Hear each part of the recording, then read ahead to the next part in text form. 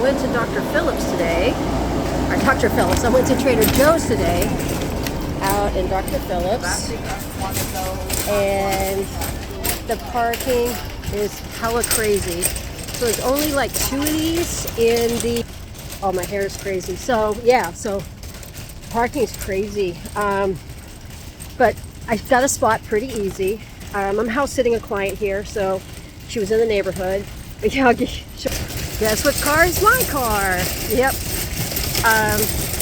So, God, I love walking up to my van. It's so nice to see.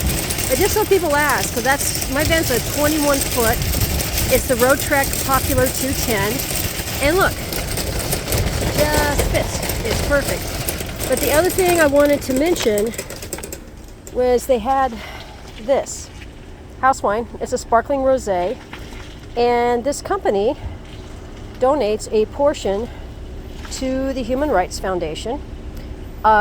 It tastes really, and 2 cans equal a bottle of wine, and you're helping a cause and getting a nice wine.